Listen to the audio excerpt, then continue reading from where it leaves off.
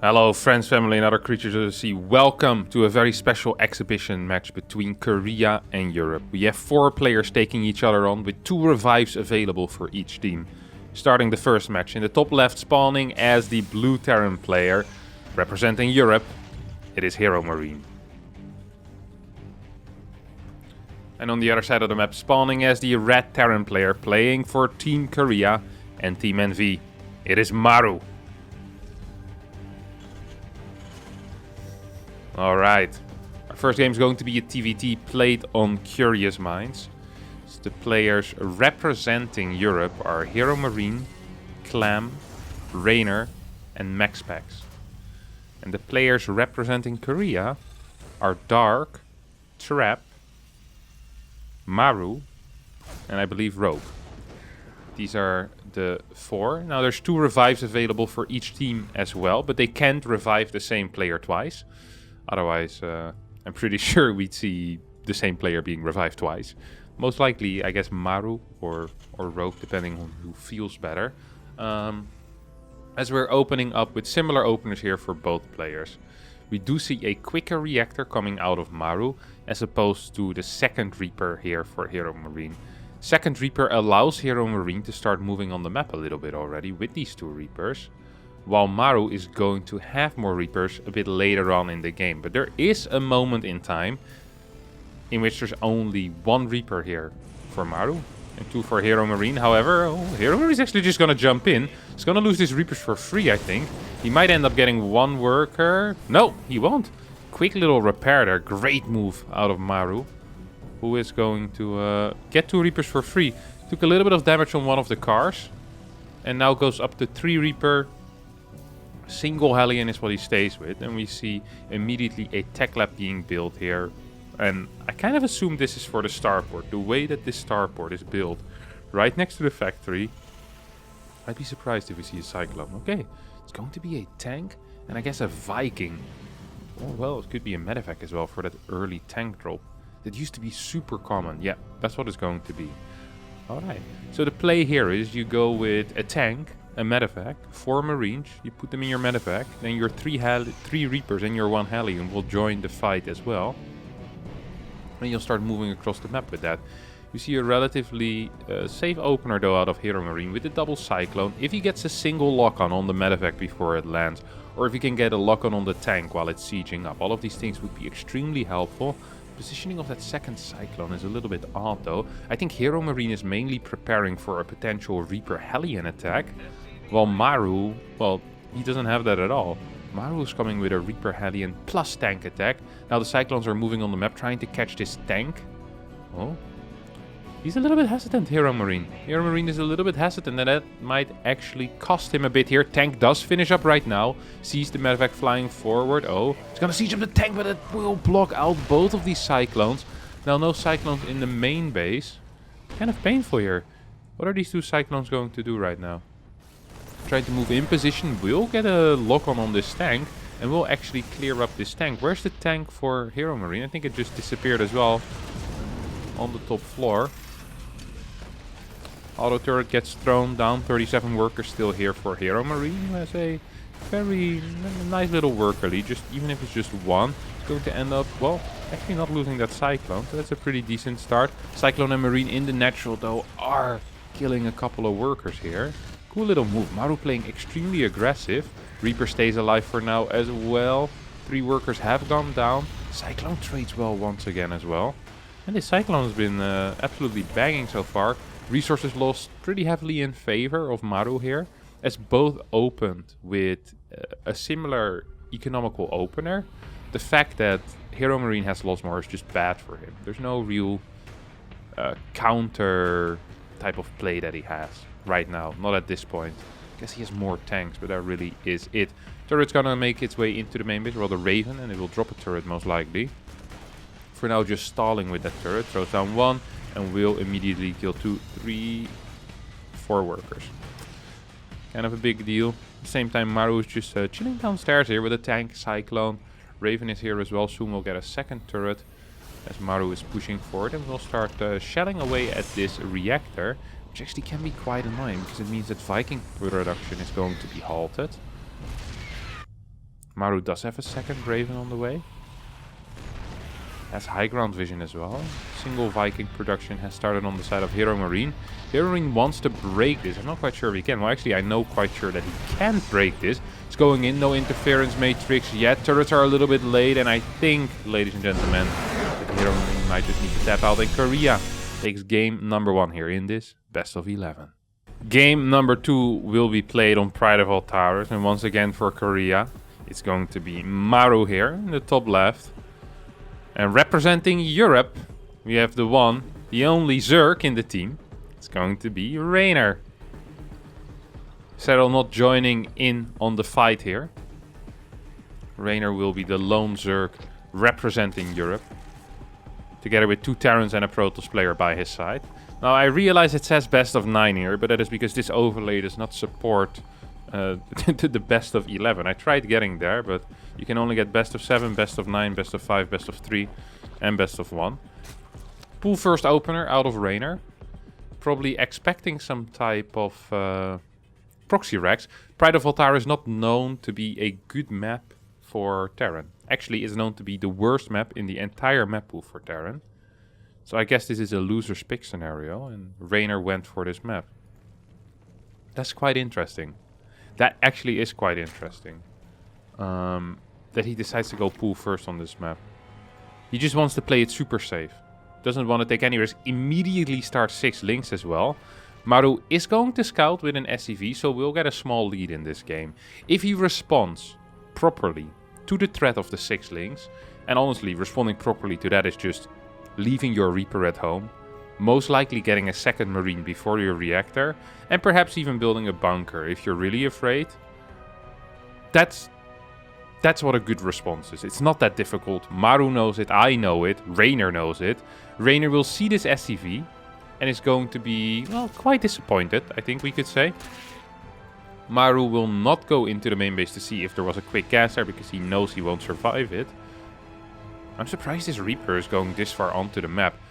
Overlord does spot that, and now is just going to head back home. All links will stay alive.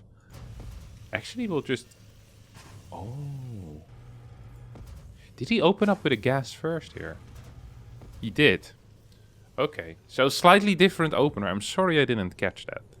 So, the usual response is to go Marine after Reaper, because you don't have money for the straight factory swap. But because he opened gas before Barracks, his initial Reaper was a little bit delayed. But that does mean that he is allowed to immediately swap these two. And the Hellions will be out by about 15-16 seconds quicker than they usually are. Here comes the car. Double cars on the way. We immediately see a tech lab being built as well. So it's going to be very fast Hellion into most likely a Banshee. Now it could be something else, but I'd be very surprised if this was something else.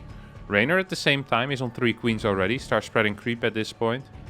First tumor with his, passes on the torch to the next tumor. People always think that the Olympics is so special with the torch carrying, but it's practically the same thing that creep tumors do, you know? They travel a distance and then they pass on the torch to a new creep tumor until they light the fire, which I'm not quite sure what that would be in this analogy, but it's very similar to the Olympics is what I'm saying.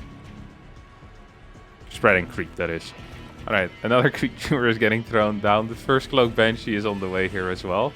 And hopefully soon we'll see a little bit of action from these Hellions as well. Of course, difficult on this map. The rotation between this right side and the left side is rather large. It's easy to spot as well for Reynor. Ooh, Maru's just gonna go in. There's a couple of links there in the back though. One Hellion's gonna get taken out. Control out of Maru. It looks so sick when they do this. This is not easy whatsoever.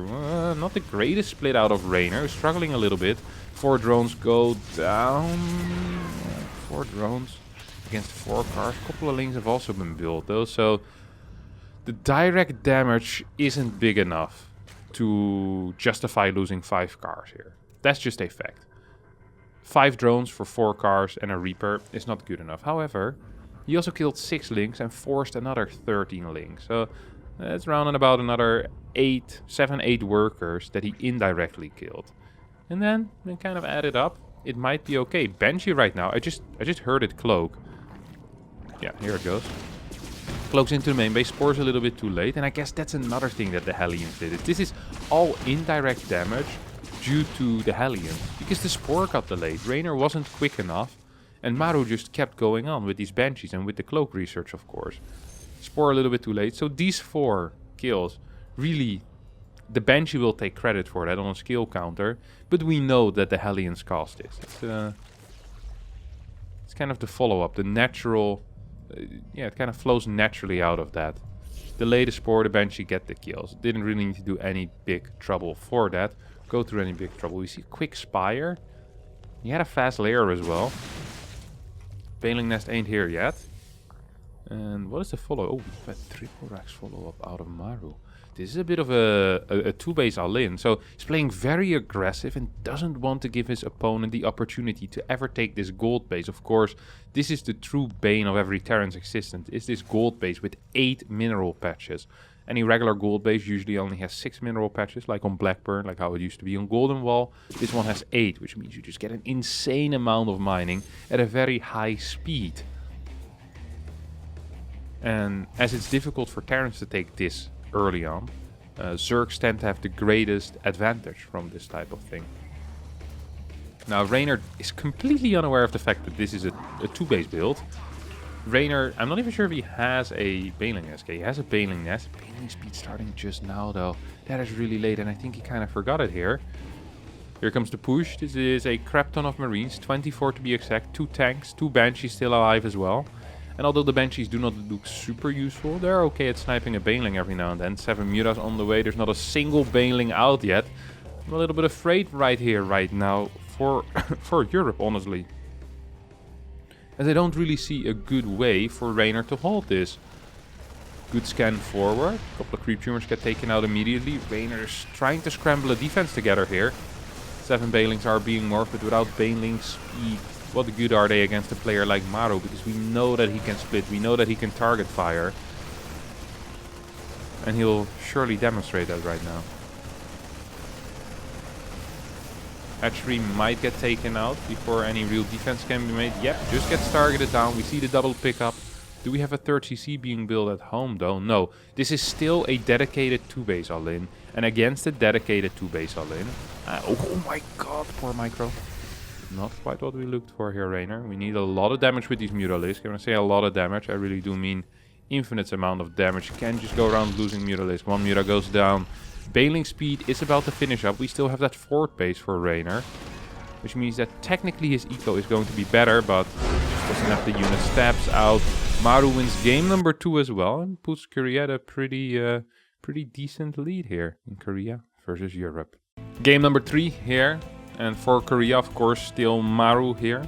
The bottom left of 2000 atmospheres.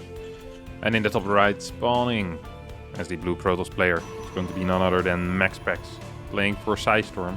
Right at this moment, mainly for Europe. As the Dane will take on the Korean player. Start scouting towards the left side. I think he might have spotted that SCV. I missed that. But I think he definitely did see that. Sends down a worker anyway, so it doesn't really matter. Needs to pull 3 more workers immediately. Very solid response so far out of Maxpax. This is a good start. Gets a lot of damage on that SCV as well. Isn't quite making the plays that he wants to make with the SCV. Of course, you always want to kind of run it away from the SCV while building. Or running away from the probe while building. This SCV could actually die if Maxpax was a little bit quicker there with this probe. He decided not to be. Well, he just wasn't a little bit quicker. You don't decide to be slow. You are slower. A Reaper first here coming out of Maru right now. This bad boy gets cancelled and we'll see the Nexus being thrown down ASAP.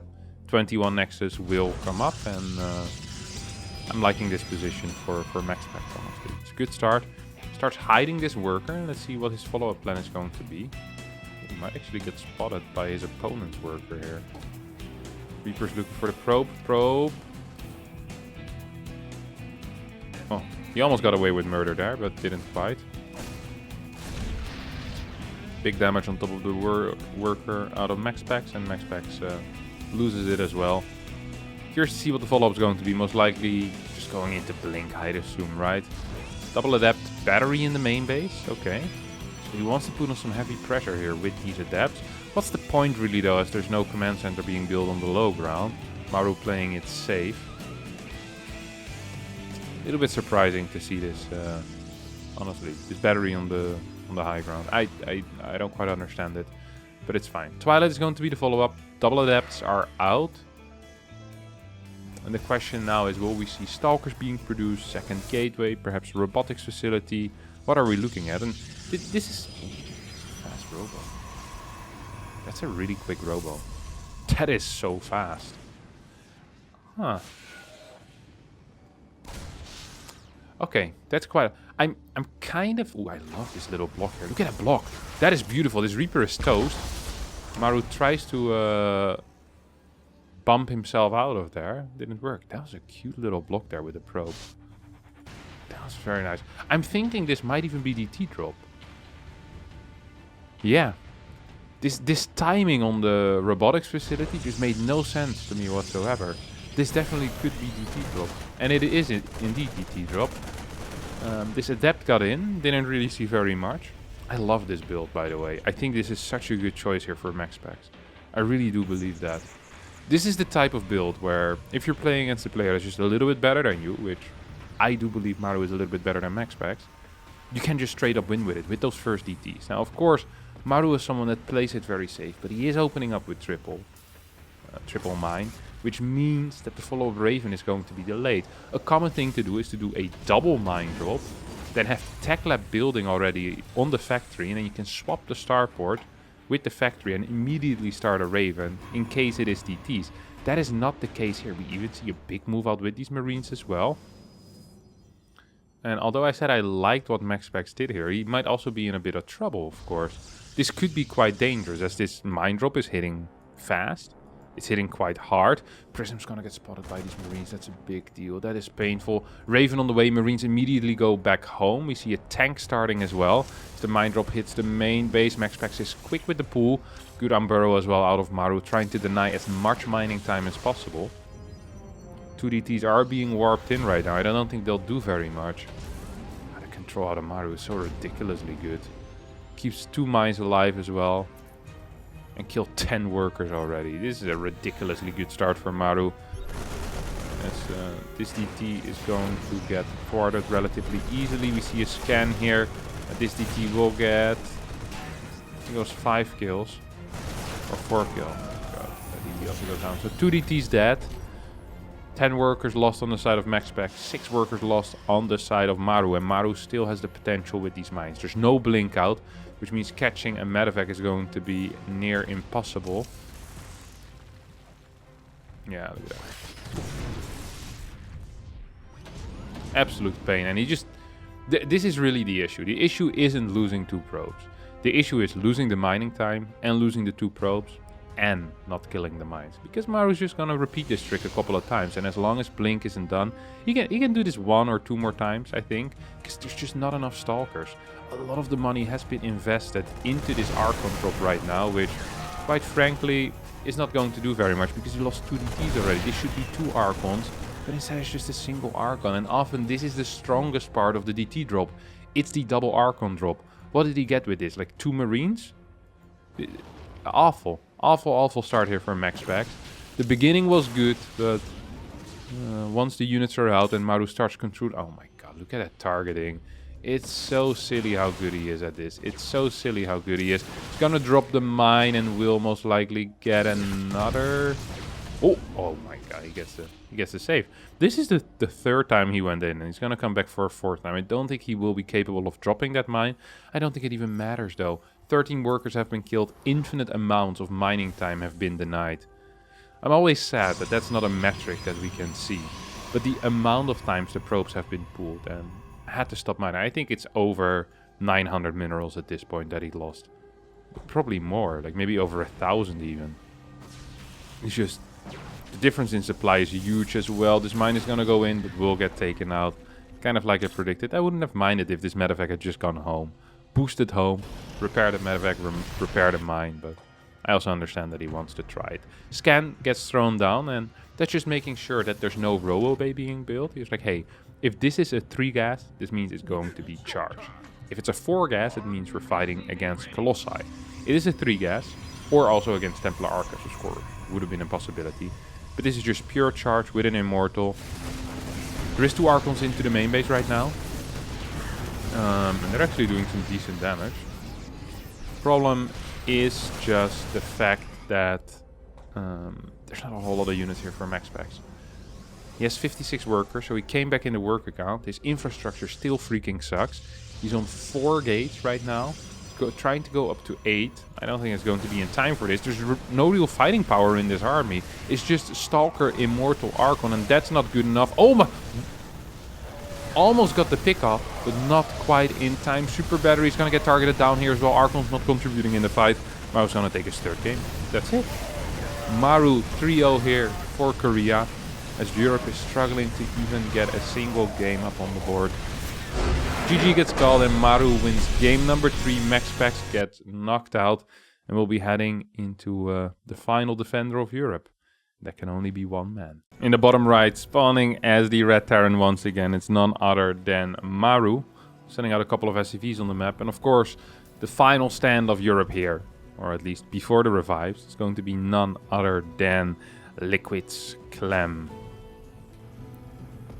who is going to need to do something special here to defend this. Looks to me like it's going to be a Proxy Reaper. Or a Proxy Marauder. Actually, this looks more like a Proxy Marauder to me. Proxy Reaper, most of the time you're either expecting double barracks and you're expecting them on this side, right? Closer to the edge. Ooh. Clem is opening up with double barracks at home though. So not a Proxy Reaper, but definitely double Barracks Reaper. It's going to be quite interesting to see who will get out ahead of this. Should probably be Clem. I think that might just be Clem who gets ahead out of this. You have this lone depot at home. Double gas, of course, to follow up for both players. Clem was likely going to go up to 5. 3 to 5 Reapers. Yeah, it's going to be Marauders. This really is just a more... It makes more sense, honestly. What he wants to do with his SCV. SCV might just go into Scout in a little bit. Factory gets built at home. And this isn't really a big investment for Maru. This isn't the biggest thing. If this fails, it's annoying. But you definitely can still come back from it. And someone like Maru can definitely still come back from it. The problem is that there's just going to be a lot of firepower on the side of Clem. And I'm not even so much worried about Clem defending. I know that Clem is going to defend this. I'm worried about Clem just running across the map with his Reapers and saying, "Ta-da, I'm here. What do you have?"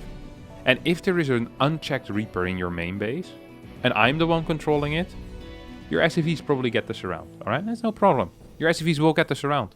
You kill it with pure SCVs. However, if Clem is the one that has a Reaper in your main base, and you have nothing with range to fight it, you're gonna lose 4 workers. And you're not gonna get the surround with the Reapers. It is simply not possible. A lot of damage being dealt already, a lot of mining time being denied. Second Reaper's gonna show up as well over here.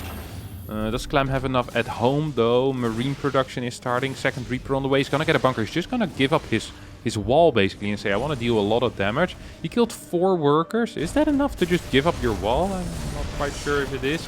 Reapers on the high ground will throw a couple of grenades. Ooh, these were some good grenades. These were some beautiful grenades. SCVs being pulled off the line as well. Reaper will take out the Marauder in the back. Another Marauder shows up here. So does a Marine pop out. Both of these Reapers will return back home. And I think that Clem has absolutely held this. He's up 7 workers currently. 7 workers. That is a huge deal in TVT. In any mirror matchup. Just in any matchup in general. 7 workers is big. That is extremely big. Clem looking right now for that Marauder. For that barracks. Wants to know where it is. CC gets blasted down onto the low ground. Starport is on the way right now for Maru. And soon it will start for Clem as well. He already is in position for it. He continues Reaper production though. And this is exactly what I'd expect out of someone like Clem. Clem is not a guy that says, okay, I'm up 6 workers. Let me just push this eco lead. He says, oh, I'm up 6 workers and I killed a bunch of your units. Let's see if I can kill you. And Maru actually, well, no, I don't think he can die. There's a Marauder here. There's Concussive on that Marauder, of course. And there is 3 Hellions on top of a ramp. It's not something I'd recommend attacking into. I think Clem just wanted to see if there was a command center on the low ground. And if there was, he definitely would have gone there. Barracks of Maru is going to be scouting into the main base. Tried to block the potential tech lab. Don't forget that when you're swapping tech labs and buildings, that your opponent can always steal your tech lab. People don't know this, but if you lift your factory and there's a tech lab there and your opponent throws down the barracks on top of that tech lab then belongs to them. Of course you can steal it back once they leave it, but just they can use it. They could start building a Marauder in your main base if they wanted to. There's no real use to it. Anyway, this Marine should be cancelled. I'd be surprised to see it finish up. Okay, Maru is going to finish up, perhaps just to introduce a little bit of chaos into this game. This is the problem, I think, is that Maru likes chaos and Clem likes chaos. And you can start creating chaos all you want, Maru. I think Clem is going to be just fine. That really just is the issue here. 4 Hellions though might make it into the main base. There's not a whole lot of scouting here for Clem. There's no depot on the edge. He's up 6 workers still. This could do a little bit of damage. Dish. 2, 3. Cyclone pops in. Turret gets thrown down. 7 workers. 7 workers. Medevac's gonna get taken out though. 8 workers go down, so does the Medevac and 4 Hellions. And it isn't even about losing the Hellions. It's also about what you didn't build to get the Hellions. So if you take a look at the game right now, we see a Cyclone. Well, actually, no, it's just mainly the Hellions, actually. I thought there would be more tanks right now for Clem available. Would you really just... It's a 1 tank. 1 tank, 1 Cyclone. Wasted a bit of the energy on the Raven as well. Still a decent chance that he's going to be capable of doing some damage here. He just has a larger army. Also has a larger eco still, but it's mainly just a larger army. And a lot of that is from that barracks that was not at home for Maru.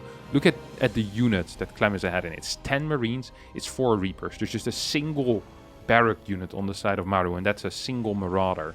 There's like 15 supply right there for Clem. Alright, let's see if we can get it. Auto turrets are being thrown down. Tank siege is up for Clem. Takes out the first tank. Second tank is on the high ground in quite an uncomfortable position to attack. It is going to get targeted down though, and I just don't think there's enough Maru here. And there's a whole lot of Clem. GG gets called and Europe puts himself on the board as Clem takes the first game for the European continent.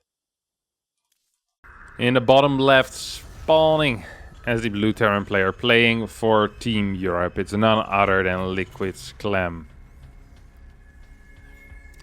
And in the bottom right, spawning as the red Protoss player, it is Trap. The greatest Protoss of the year. The most fantastic Protoss of the year. The Protoss of probably the past 3 or 4 years, I would say. A better performance than I think Stats has had in a long time. When it comes to tournaments won. Impressive runs in other tournaments that he didn't win.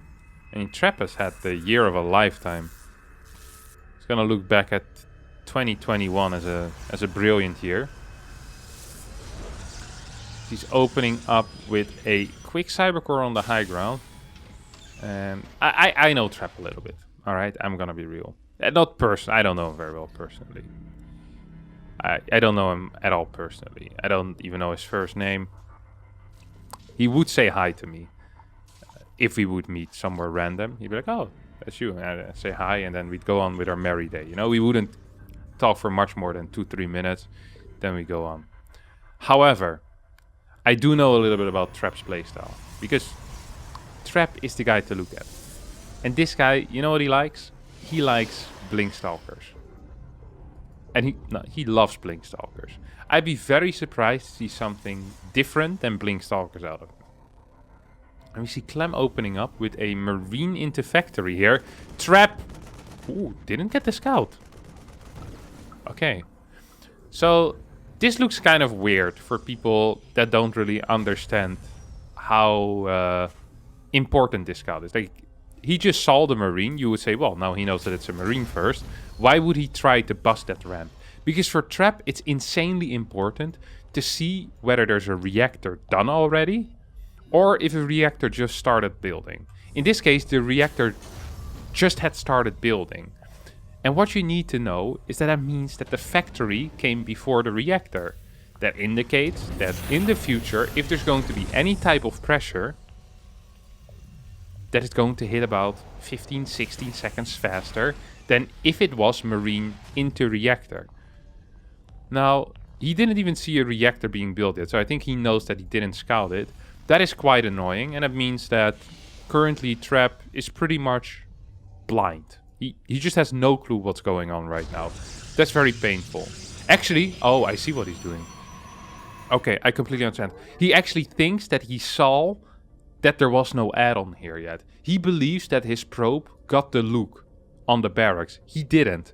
And as a result, he's keeping all of his units at home, because if someone opens up with a marine and there is no reactor building, that means that he must believe that there is a Reaper. There must be a Reaper. What else could it be?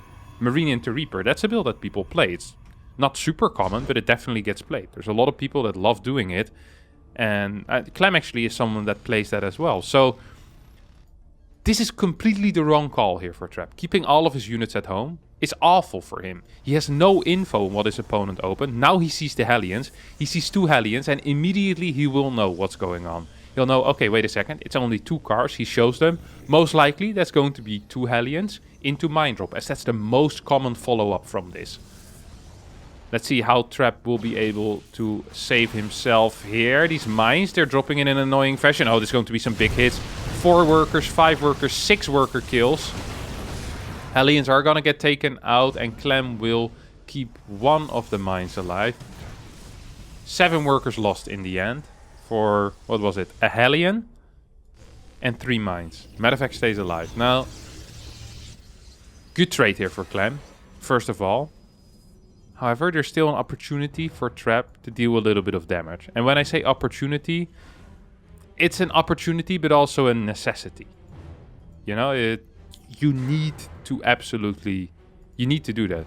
This is like when the government sends you a fine and says, sir, you have the opportunity to pay this fine. Like, mate, that's not an opportunity, that's a necessity. You need to pay that fine or you're going to jail. It's the same with Trap here. He needs to deal damage or he's going to jail. Well, not going to jail, but he's going to lose the game. Which technically is the same thing. It feels bad. As a negative consequence. He didn't get the damage in, and now Clem is going to be very happy. He has a 3rd CC on the way, similar timing as that Nexus. Gases are late here for Trap. We see relatively fast barracks coming out of Clem behind this as well, as both of these mules get pulled off the mineral line. If you throw a mule down on a mineral patch, for the people that don't understand what just happened there. Actually, hold that thought. Maybe he's gonna... No, he's not gonna blink in.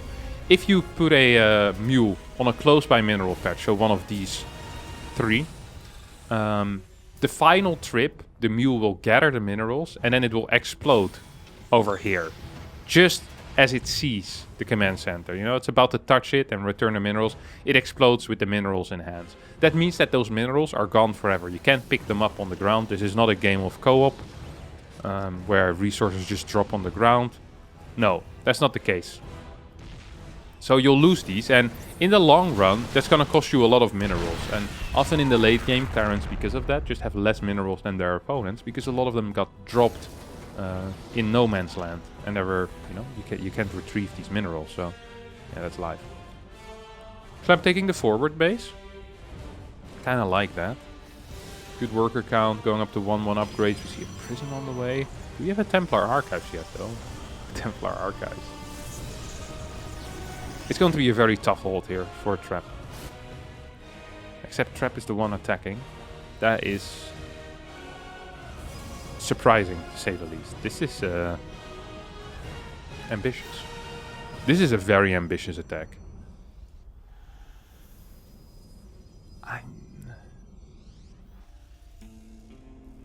I just don't see it. And there's no stim yet, which is nice. We'll be capable of getting 1 Marauder, maybe 2 Marauders. A couple of Marines are in the corner. I'm not quite sure what they started doing there, but that's really uncomfortable here for Clem. A bunch of these units are kind of out of position as well. We'll try to start flanking these tanks. Guardian Shield not being used yet, but there's... Well, this actually was a great fight for... I can't believe how he took this fight. This was the most sophisticated fight I've seen in my entire life. Holy crap. How did he force these Marines to go here? Trap's actually taking a pretty decent engagement here. 12 workers have gone down and Clem is in a lot of trouble right now. Oi, oi, oi, oi, oi. Another prism is on the way as the first prism got taken out by that Viking. And I think that is just what is saving Clem here. It isn't the fact that he's producing so many units or that he has a lot of mines on the ramp. No, it's the fact that a prism is gone. This single mine drop though gets 6 workers as well. That kind of evens up the worker count, or at least pretty close to evens it up. Hellion comes back home as well. 2 more mines moving forward. This CC needs to start landing and needs to start landing soon. He needs to get mining going from there. That 1 mine shot, absolutely useless. No armory is done yet, which means that all of these mines are visible even without the observer. Of course, there is an observer here for traps, so we can even target them down before they have fired. Oh, do we get that shot? No. Mine does end up shooting. I think Clem is dead. Clem looks pretty dead at least. This is awful. What a great start for him, but Trap just walking over to the other side of the map and saying, ah, not today, buddy. Not today. Clem is trying to kite back, but it's just not working out. Well, Immortal gets taken out. That was a big pickoff. Reinforcements are lacking a little bit. The prism is moving and... Okay, Clem pushes this back for now. Of course, still is up an upgrade. 1-1 upgrades against just +1 attack. Templar Archives has finished. We're still only on 4 gas as well. No gases in natural. Couple of zealots being built. Ghost Academy before the armory. So Clem really thinks that he has a chance of killing his opponent. No! Trap! Oh, that's huge. That is straight up 6 supply down the drain there. Trap already didn't have that many units anymore. Archon, of course, can't move into the main base. We see a big pickup here. There's not enough in the main. Trap's just gonna die. Trap's just gonna... I don't think he will be... Ooh. No? No? Clem doesn't want to? I'm surprised. I'm surprised he didn't just keep dropping. I think he could have. I really do believe he could have. He had a lot of units there. Now he's going to try to fight this little army. But the army seems about as big as the army that was over here. If you get 1 or 2 mines in the main base of your opponent, that tends to be game over. 3 Ghosts are on the way right now. Still don't have an armory on the way. SCV production is not continuing either. Here comes the armory. Blink forward out of Trap. Will not be capable of getting anything there though. 1 more Marauder is what he'll get for all of his troubles.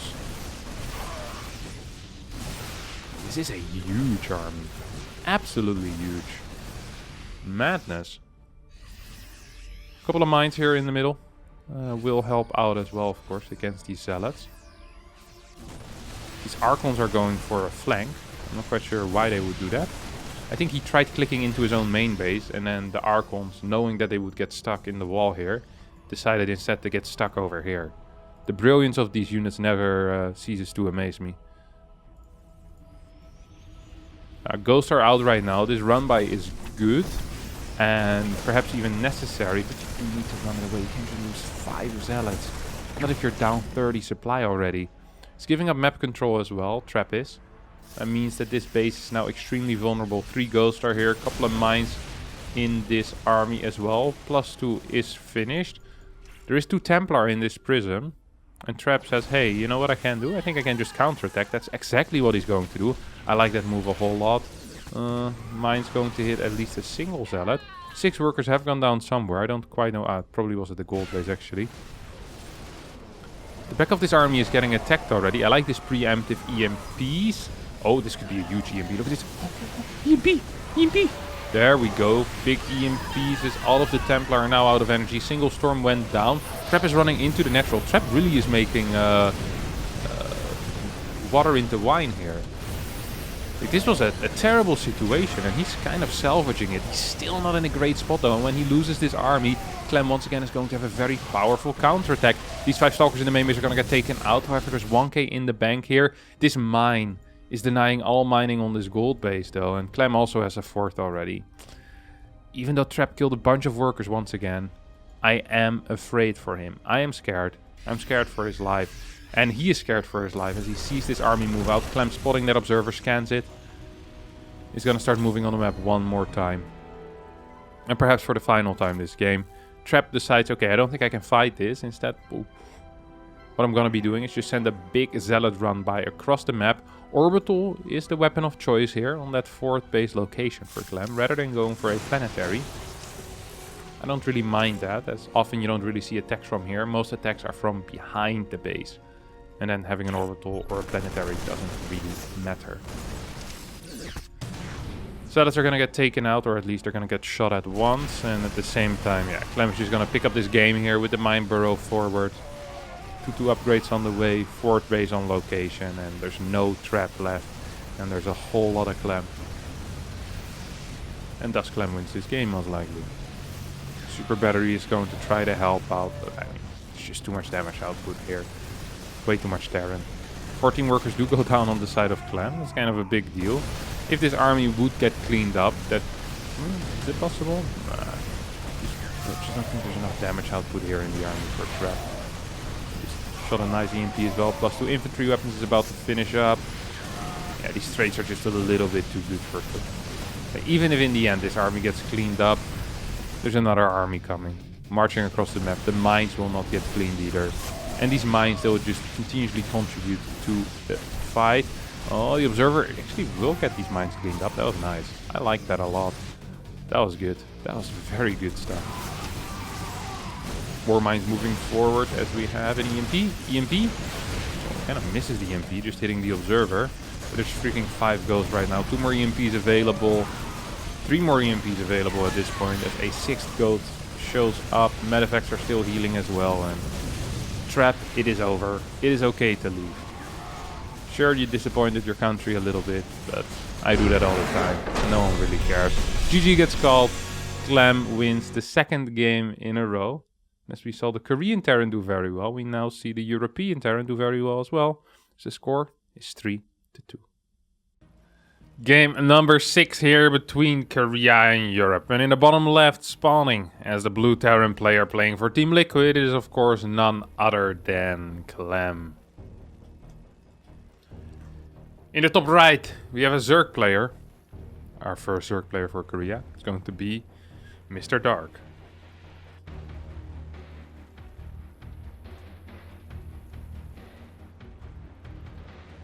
Alright.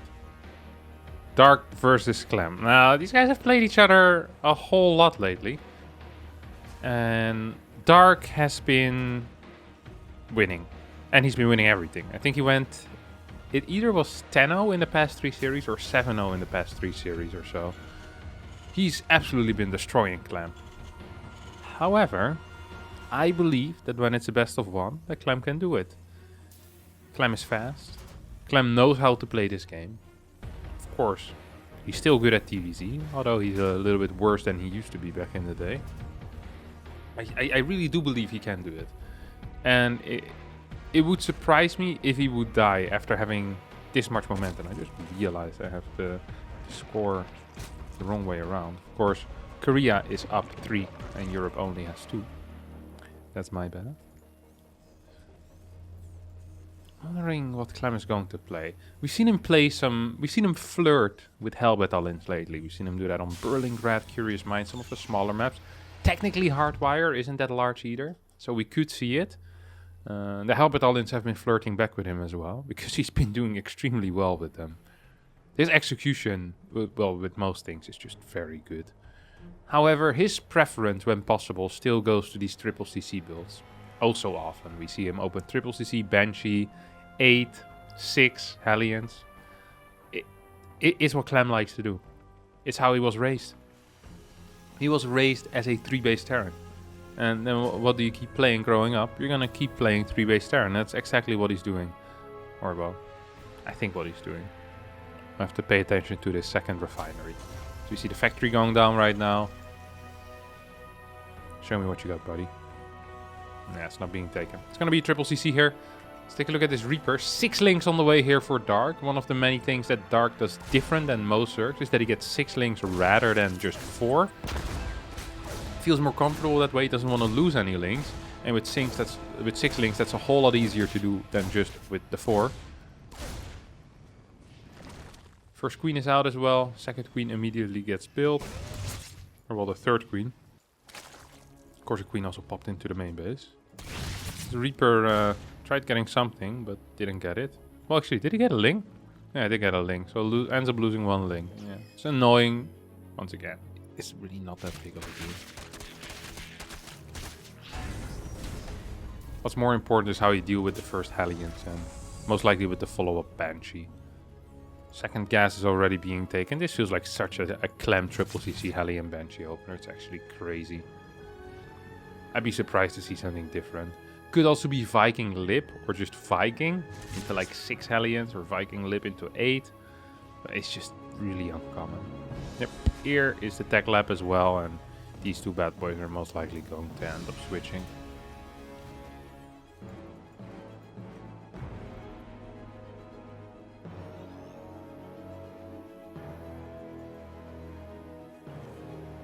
Three drones on the way. You see, Dark's been mining a bit of gas.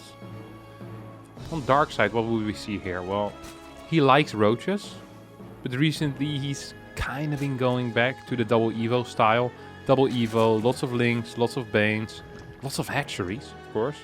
Dark is a guy that doesn't scare away from building 3 hatcheries in the main base. 1 near the minerals and 2 others just randomly plopped around. Sometimes you also see 1 in the natural. It's all possible with Dark, of course. He doesn't give a crap. He doesn't play by the rules, he makes the rules. And then after he makes the rules, he still doesn't play by them. He just constantly switches it up. We're seeing the double Evo. I like that as well, out of Dark. There was an interview in which Maru said recently, I really thought, 5 Overlords? Holy crap. That's not what Maru said in the interview, but that's building a lot of Overlords here. 6! He built another one. Well, that's kind of wild. Anyway, what Maru said was that Dark seems to prefer roaches, but Maru is way more afraid of him when he plays Lingbane, because he feels like Dark is better with Lingbane.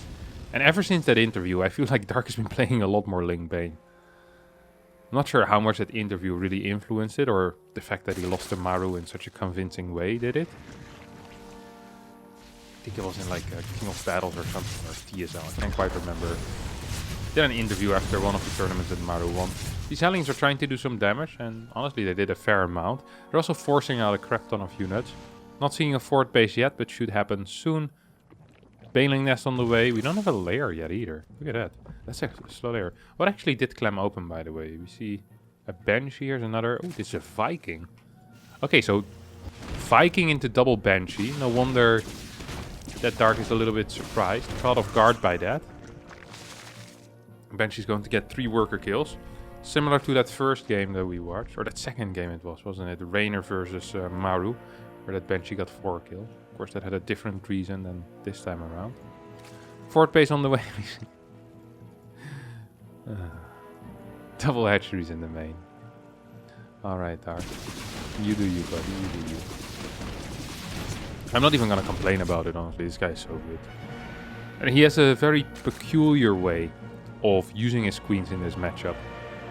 I'm not saying it's bad, like I said. It's just different than any other Zerg ever. Rather than using the queens to inject, he'll use the queens to run around, to spread creep, to clear units. He'll use them in one big group and just run around the map. Often leads to him having a very solid defense, but also having less larva than your average Zerg, because he's not injecting the majority of the time. Which is why he spends a lot of money in hatcheries. You could say, well, why would you not spend a little more money in extra queens and just use them to inject? It's a good question. I don't have the answer to that question. Alright? I'm not Dr. Phil. Can't look at a situation and always know the correct answer. At the same time have an audience laughing and booing. God, I wish I was Dr. Phil. Except I still have hair. Take that, Phil. 2-2 on the way as well as Banex. This is a large run by the way. A lot of links. I think there's enough at home as well though for Dark not to worry about anything. Clem managed to take a bit of a lead though. 20 supply up. Ooh. This is pain. Hellions fighting links. And seems like Dark was kind of into that as well. Links, you go. Like trying to counter a knife with your forehead in a way. seen a lot of soccer players do headers, but never once had a knife. Could be a bad call as well. That's pretty obviously a bad call. Same with links against Hellions. Unless you get the surround, it tends to just end poorly. Good drop micro so far out of Clem. And this is the one thing that I love about Clem, is that he doesn't really just go back, you know? A different Terran maybe just would have gone here. And would have said, I'll drop here and come in again. No.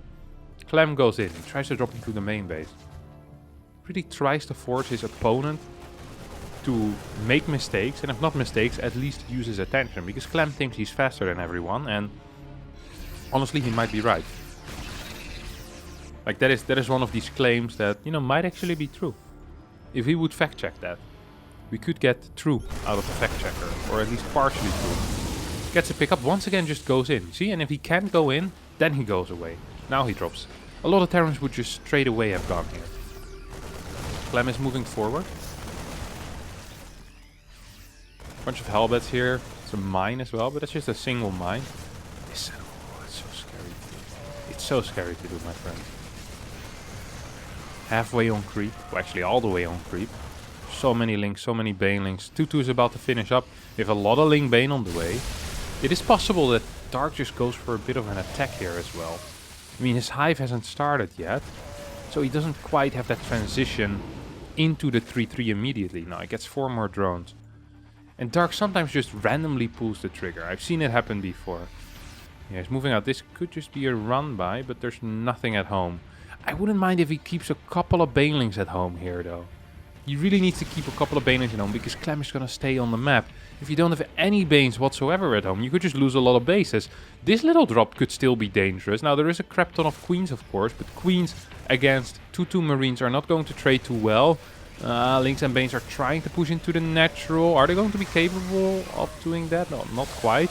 2-2 is about to finish up for Clem here. 26 workers have already gone down. Dark could be heading back home, but rather than doing that, he decides to keep attacking. He's going to lose a bunch of links into the planetary. He's going to lose a bunch of units here in the natural as well. Clem is pushing forward, taking out another base. Banelings now have morphed at home as well. Will get connections with these marines. Yes, they will. Clem's in a good position though. I love this. This started really bad for Clem, but there just was nothing to deal with these marines. And marines kill drones, they kill buildings so freaking fast. And at the end of the day, sure, the worker count is in favor of Dark, but all the bases are remaining here for Clem. And sure, if we're counting hatcheries, Dark is still in a good spot because he's on 5 hatches, but he's really just mining from 3 bases. And the main is mined out, the natural, well, it's not really mined out, but it's about to be at least a couple of patches. Clem is in a huge lead. He just is in a huge lead right now. 40 supply up. Majority of that in army supply. Actually, all of that in army supply. He's down in workers. I'm gonna start dropping into the main base right now. There's no Vipers either. There's no anti-air. Where's the queens? There's none. Nothing shoots up right at this moment. Which means that dropping and redropping is going to be completely overpowered at this point. Clem's gonna try to drop into the main base, and when I say try, I mean he's just going to do it. There's nothing stopping him. Single queen is out now, Ultralisk Cavern is on the way, but I mean, with what money are you going to end up producing Ultralisk? This 3rd base is going to get taken out, and Clem is gonna win game number 6 here and tie up the series. Doing the same thing that Maru did. 2 Vipers are out right now. Might stop the dropping, but you can stop the dropping, you can't stop the popping of the banelings. Clem is burrowing the mines forward and is going in for the final push. Sees all of these banes die and says, okay, I think I can just push into this. Does need to be careful though. Doesn't want to get connected on. Flies into the main base, gets parasitic bombed. What in the world was that split? What? Now, I'm not easily impressed, and I'm definitely not easily impressed by Terrans. Terrans just don't impress me very much. But that split was one of the craziest things I've seen in my life. Holy crap. And I want to see that again.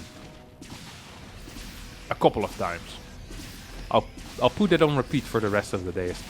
Some type of motivational, you know?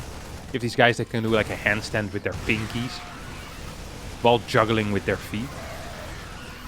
I think this was harder. I legitimately believe this was harder. and doing a handstand on your pinkies and juggling with your feet. I've seen multiple videos of people juggling with their feet while doing handstand with their pinkies. I want to see this. We'll change the score already. Where was this? 11 or something? 1150? Yeah, it was somewhere over here. This is actually crazy. This is not okay. And the way I want to look at it is frame by frame. Okay, here comes the parasitic bomb. It hits at 52. Look at this. Flies in.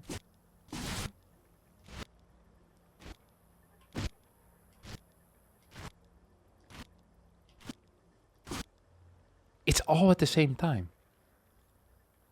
All of them. Did we accidentally figure out that Clem has split hacks? Is this why he is so good? Ever since COVID hit and we don't have online tournaments anymore. Look at this. That was the most gracious split I've seen in my life. That was crazy. That was so good. Well, then he goes back into it. It's kind of lame, but that was actually so ridiculously good. I wonder if he also scares himself sometimes, you know? He looks at that and just starts screaming really loud. Ah! I'm too good! That's crazy. Alright. We have game number 7, in which Clem will still play, and we'll see who his final opponent is.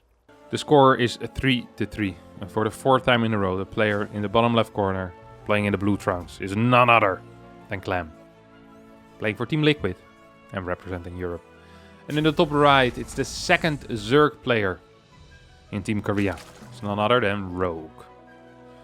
The man, the myth, the legend. The guy that only shows up for $100,000 tournaments usually. But he's here to take out the Europeans. The cocky and arrogant Europeans. God. They need to be schooled. And Rogue is the teacher.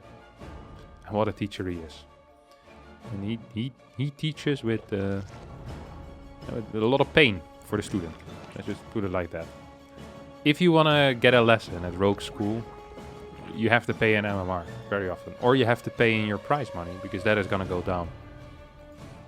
A Rogue takes your prize money, he takes your MMR, and he doesn't care about what you do. Moving his first Overlord straight across the map. This is what I like. Rogue is not a pretender, you know? Serral, Reynor, they would still scout around the map, looking for proxy Rexes, like Clem is a regular Terran. Clem doesn't proxy Rex. Rogue doesn't pretend. He just sends his first Overlord across the map. He's like, no way these barracks are over here. If they were, I would be dead, but they're not. Yeah, he doesn't pretend. Rogue is absolutely... He's a lot of things, okay? A fantastic player, but he's not a pretender. The Foo Fighters did not write a song about him. They did not. We do have a double queen. What else do we have? It's going to be 28 hatchery. Yep, 28 hatch here for a Rogue. I can only assume. And 6 links as well. Look at that. Good old Rogue with the 6 links. Taking a page out of his mate's book here. Saying, oh, Dark, that looked kind of spicy there with the 6 links. I want to do that as well. Probably respecting as well. Clem's Reaper micro, right? 6 links. Putting a bit of respect on his name. Putting a bit of respect on his name. Triple CC opener once again for Clem. It's a large map, Glittering Ashes. And most large maps tend to be very good for Zerg. However, this map, yeah, it's good for Zerg. Don't get me wrong. It's very good for Zerg. But it's also fine for Terran. There's still some things which make it fine. You have these ramps everywhere with the rocks, which make it easy. The first 3 bases are pretty easy to, to hold. You know, like a tank on the high ground here as well. Like run-bys aren't that powerful.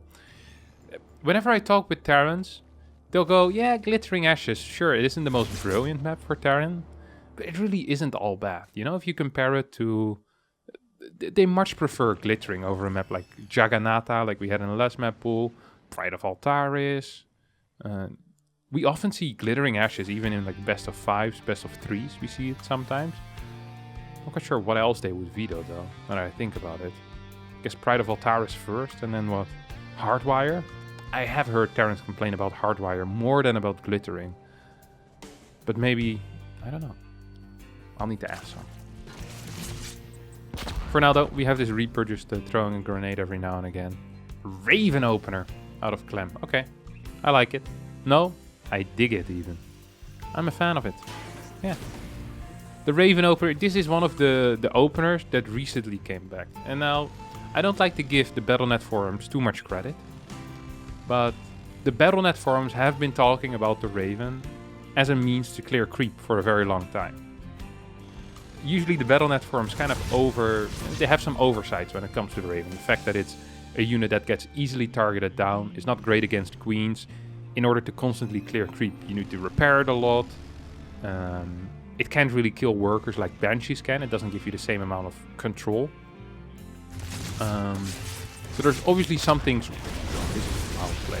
There's some things wrong with the Raven, but the one thing that the Battle.net forum goers were right in is the fact that it provides vision and it is detection that isn't scanned. And actually, lately, the past year or so, we have seen Terrans use this Raven. We have seen Terrans go for it. That was awful for Clem, by the way. He lost like 6. Wait, only 3? Maybe I can't count. He lost 3 cars. Okay. That was like 6 cars. He still has 7 cars, by the way, so went up to 10 cars. And a Raven. I'm gonna try to harass a little bit with this Raven.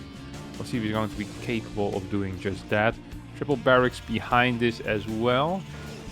4 barracks behind this, so he was a little bit slow with his extra barracks.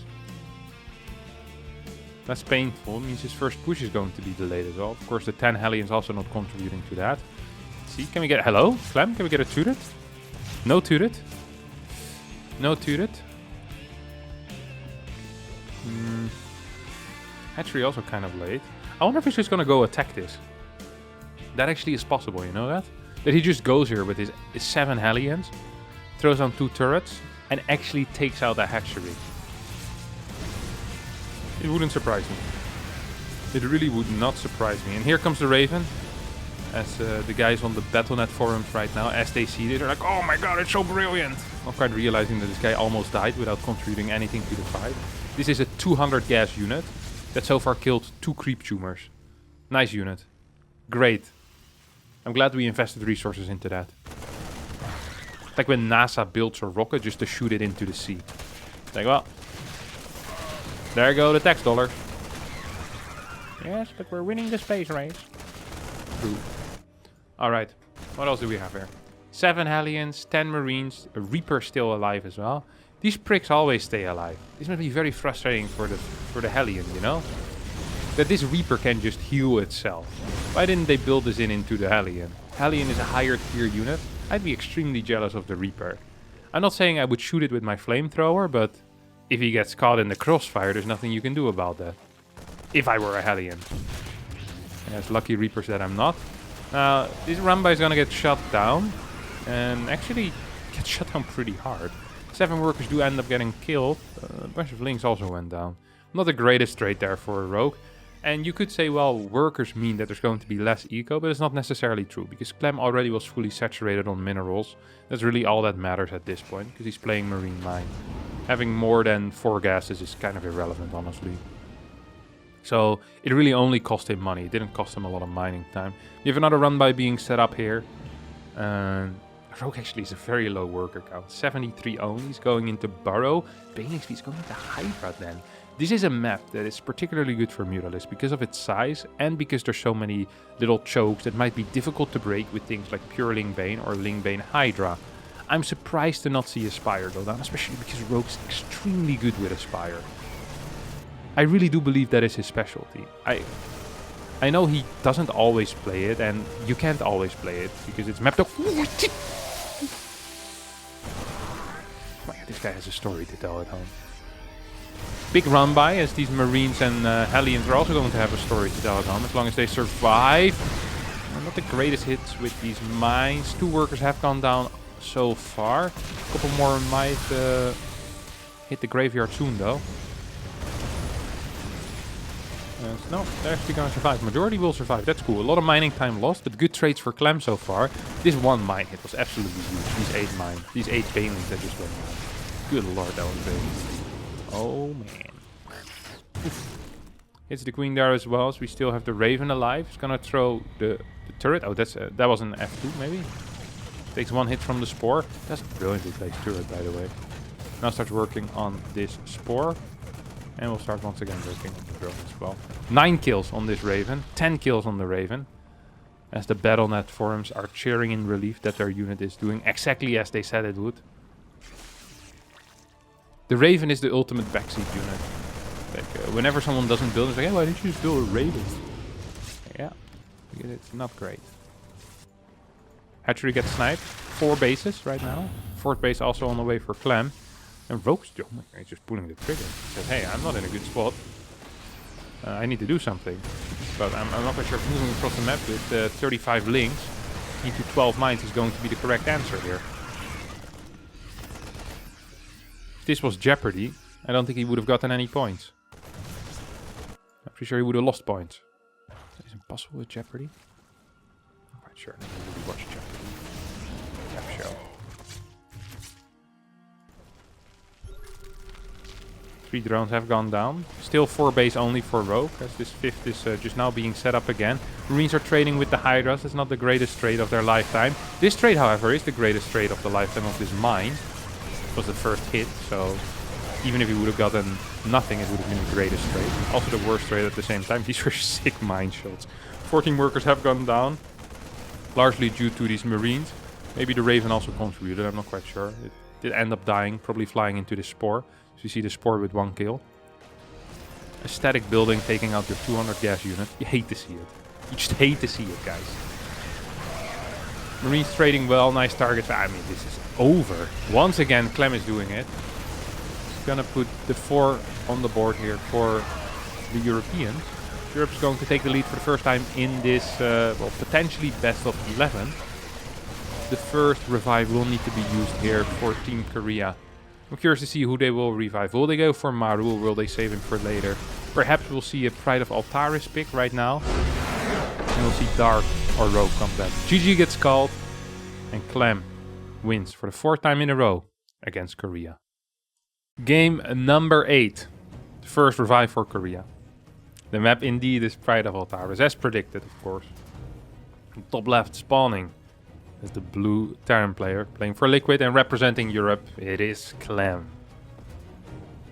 And in the bottom right, a player that, although it is Pride, was not expected.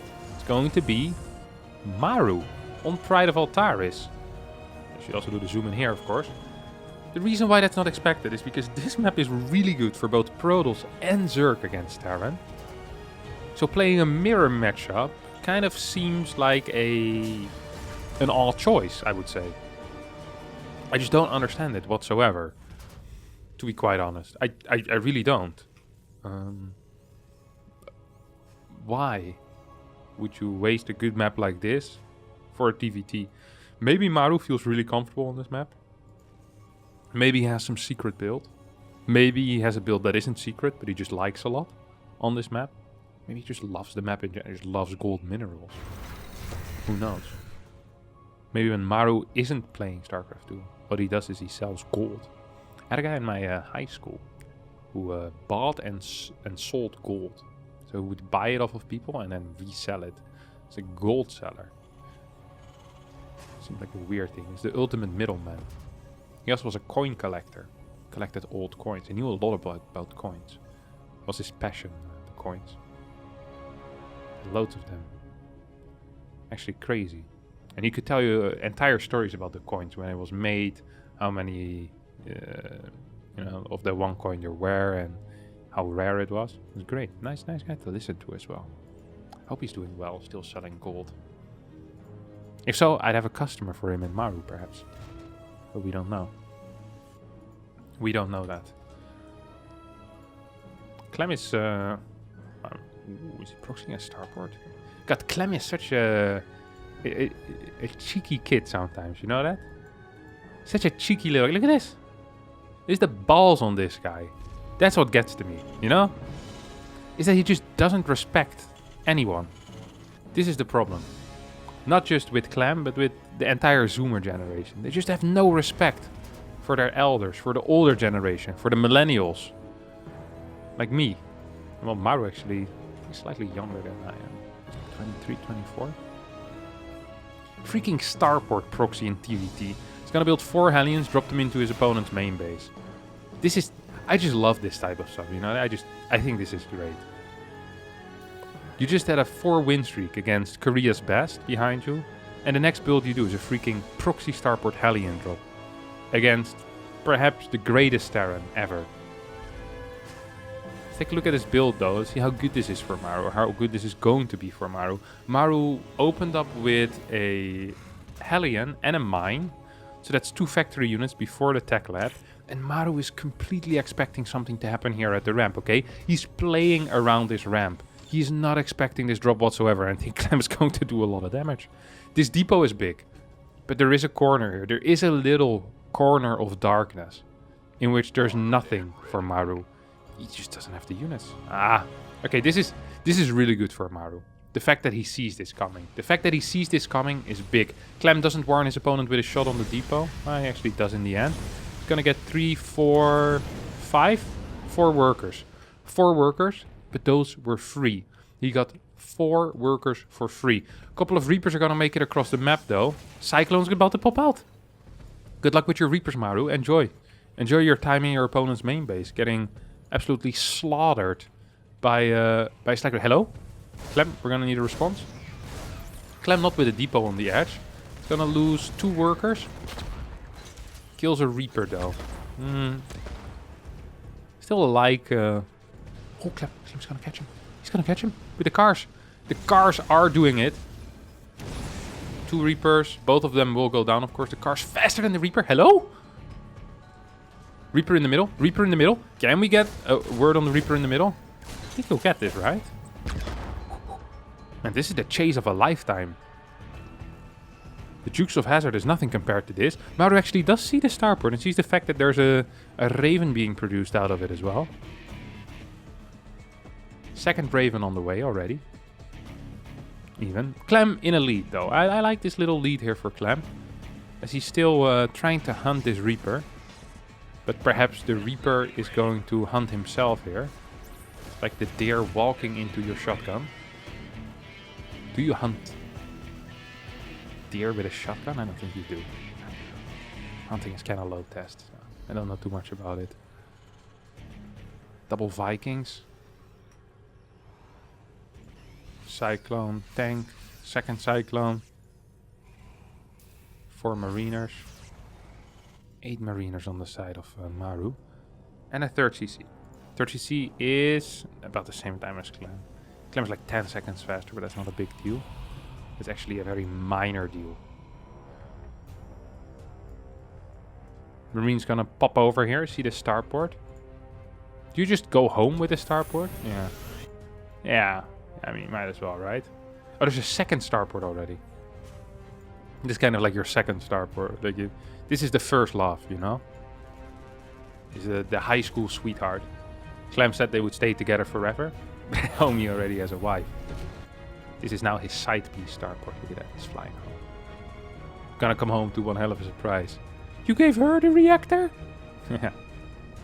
Yeah, that's what I did. That's what Clem says.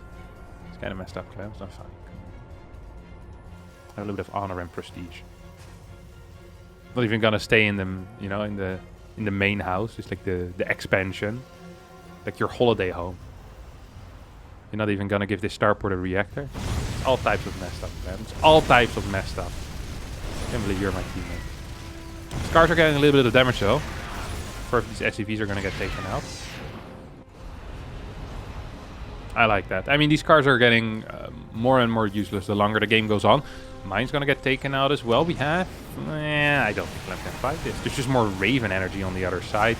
Tanks are in position as well. Clem's gonna land these Vikings. I have no clue what's happening in this fight. But Clem isn't winning. He keeps his Ravens alive, which is big. Killed 2 Ravens on the other side. So he lost the tank war. But keeping the Ravens alive is really big, actually. He needs to continue doing that.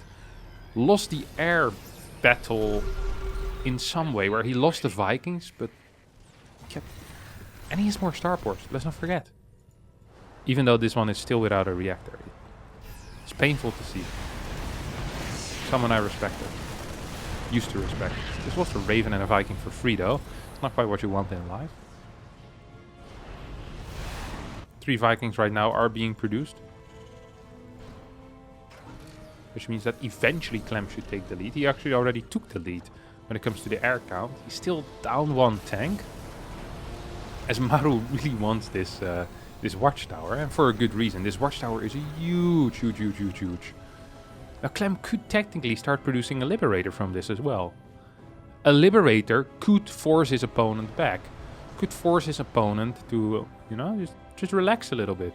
Clem is looking for damage. Gonna get a Viking. No, almost gets a Viking.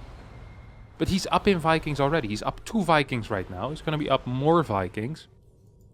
I love Clem's position. I really do like Clem's position. He has the tower in the middle. He's down in upgrades though. Oh, that I don't like. Does have the E-base, but he's not using them yet. There's a lot of units. Does he see this? Yeah, I think he definitely sees this. He sees his opponent taking out these rocks. At the same time, we have a Reaper heading in towards the 3rd base. 4th base on the way. Still no 1-1. I think Clem forgot. This is not on purpose. This is non-intentional. It's going to be 1-1 here for Maru, and 1-1 won't even have started yet for Clem. Maru, however, is also forgetting something, and it's the combat shield. Combat shield is starting now. I just don't see how Clem's going to win these fights.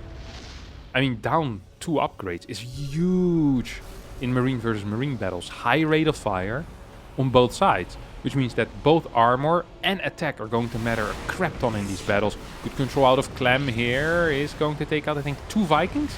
Loses 1 for it. Going to continue trading here. Keeps the Raven alive as well. That was a sick trade. 12 Vikings against 2. I think Liberators. Liberators, no? Ooh, reactors being built. Look at that. Would you look at that? That starport. This starport only building 1 Viking right now. Switching favorites once again. Clem. A man of many starports. Double armory as well. He's getting his double armory at such an odd time. So early. Really wants to go and win these air battles. I think Clem has kind of conceded the mid game at this point. He said, okay, you're up in upgrades. You're going to have a good tank count. But guess what? I'm going to fight for air control this entire game. And it's all I'm going to care about. And I really do believe that's his plan here. He says, I'm going to go double armory. I'm not even going to get vehicle weapons. I'm just going to go straight into air and vehicle plating. If he does that, I would understand it. And I would like it. Sensor tower is going to get taken out though. Oh, this CC can't fall. It won't fall, and it can't fall. It's important that it didn't fall. Let's see what we're going to see out of these armories. I'd be surprised. First of all, I'd be shocked if he can afford anything out of him in general. Because he's just producing so many gas units. Double factory, double starport with reactor. Yeah, good luck having any gas left over for something else, you know? It's just not going to be possible. It's just not going to be possible. Okay, we see... Yeah, okay, yeah. Yeah, this makes complete sense to me. Vehicle plating as well as air weapons. He says, okay, win the ground. I don't give a crap. I'm going to win the air. And if Clem survives into a late game, first of all, he's going to have a massive air advantage. And second of all, he's going to have a massive upgrade advantage. Don't forget, Maru is working off of a single armory and is getting vehicle weapons. Which means that in the mid game, these tank fights are going to go really well for him. But if we're fighting late game with air, yeah, these upgrades are practically useless. Clem's not in position though with his air units. We have a scan into this. Yeah, that's 3 turrets, but he can't really fly into there. 3 Vikings also are moving in right now. Clem is set up. There's really no way that he can die at this point. As Maru has started his 5th command center. Clem has started his 5th and his 6th. Starting 2 more starports right now. Just 2 starports not enough. Let me get number 3 and 4. Even though both of these aren't really being used right now. That is something else, this guy. That really is something else. That's another great. He's going all in on the late game right now. And that sounds stupid to say, but that's really what's happening here. He's going all in on the late game. And in order to go all in on the late game, you need a good and solid defense. I'm not quite sure if that is here. Good scan forward out of Maru. Is going to take out 3 tanks. Is there enough tanks here for Clem to stay alive? I think the answer might be yes. Uh-oh, here comes Maru.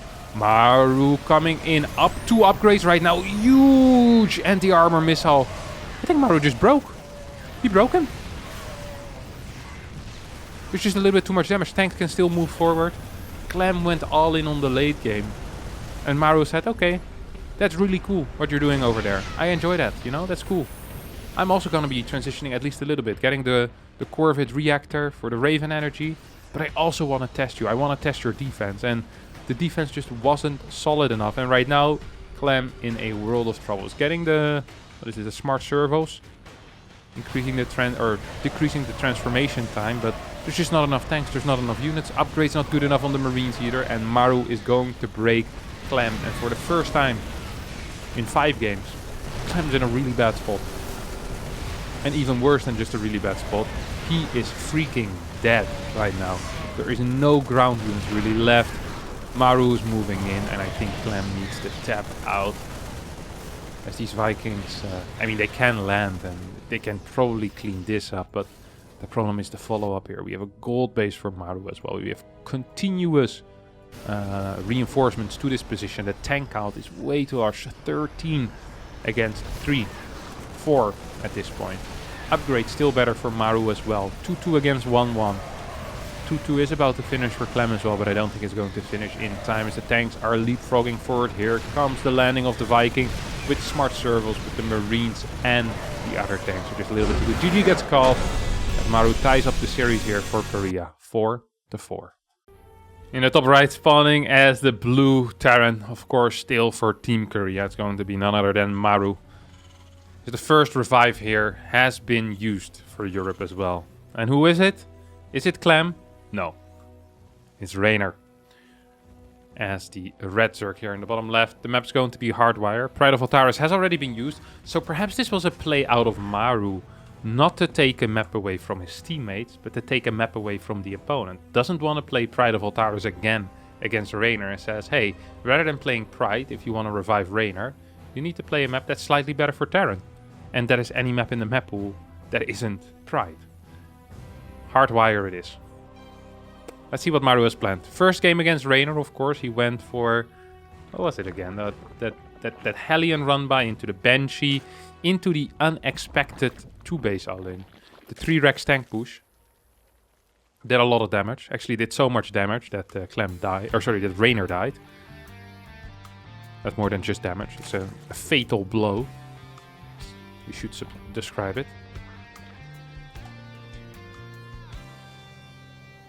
Reaper is being built right here. And the mules are raining from the sky. Now when we compare the TVZ of Maru and Clem, it's always fun to see how different these players are. So, although this is a 2-gas by the way, otherwise you wouldn't. So, if it's a triple CC, you 99% of the time get the factory with this SCV. If it's a 2-gas, majority of the Terrans get their factory with a separate SCV. And as I say that, it's not actually getting a second gas. You hate to see it. You absolutely hate to see it. Okay, well, this is the last time I'm saying anything, guys. I'll assure you that. Anyway, this Reaper's doing a little bit of damage. What I was gonna say is the difference between these two is that often Maru prefers the double CC, that heavy pressure off of 2 gases early on, rather than rushing straight into the 3rd CC. And as I say that, of course, we see Maru throw down a 3rd command center off of a single gas. It's exactly the same as Clem likes to play. This is a very solid way, and if you believe you're better than your opponent, this should probably be your #1 strategy. This really should be. Such a solid build order. Gas gets taken into the main base. So we see the starport also being built in the main, and well, Tech Lab on the way. This still could be Viking Lip. But knowing Maru a little bit, most likely it's going to just be Cloak Banshee. The female Karak is on the middle of the map. Looking for some food. Perhaps looking for a mate. I don't think there's any male Karaks on this map, so too bad. Sucks to be you. There's a couple of cleaning bots though. Not quite sure if that's an appropriate mate for the female Karak. Oh, what's over there? Another cleaning bot. Lots of cleaning bots on this map. The other day I lost a game, or at least got in a bad situation, because a cleaning bot blocked one of my batteries that I was trying to build while I was being bunker rushed. Very frustrating moment. Another time I tried to wall off my main base with a pylon when 2 adepts were shading in, and the wall off didn't work because the cleaning bolt was blocking it, and then the adepts got in. I was very upset. I lost more than 40 MMR at this point to cleaning bolts. And although it is not unlike me to lose to static objects or to NPCs, it still remains frustrating. These guys have ruined my life. Alright, what do we have here? We have... Wait, what? It's a BC. Haha. Very cool. That actually is very cool. I like that. I like this build order a lot. Viking into battle cruiser. Now we're talking. 6 Hellions, 4 gas immediately on the way, and that can only mean one thing. We are watching mech.